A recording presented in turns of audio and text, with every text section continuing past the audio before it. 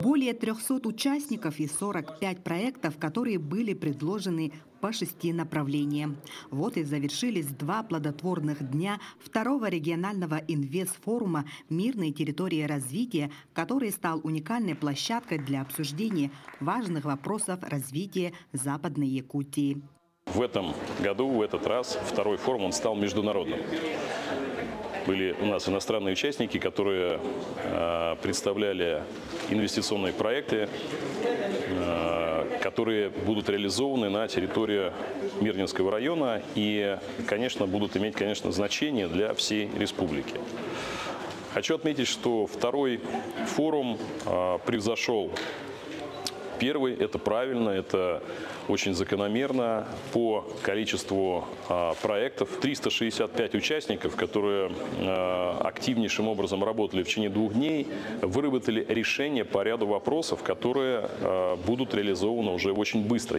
Отдельное внимание в рамках форума было уделено реализации мастер-плана Мирного, где в целом необходимо более 35 миллиардов рублей. Поэтому необходима консолидация сил и финансовых средств органов местного самоуправления, государственных органов власти и компаний-недропользователей.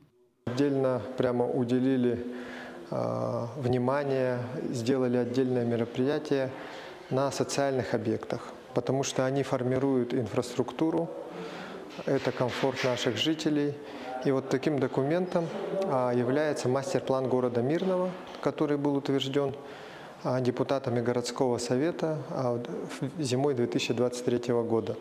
Это комплексный документ, который включает в себя различные направления, пространственное развитие, причем с привязкой конкретных объектов.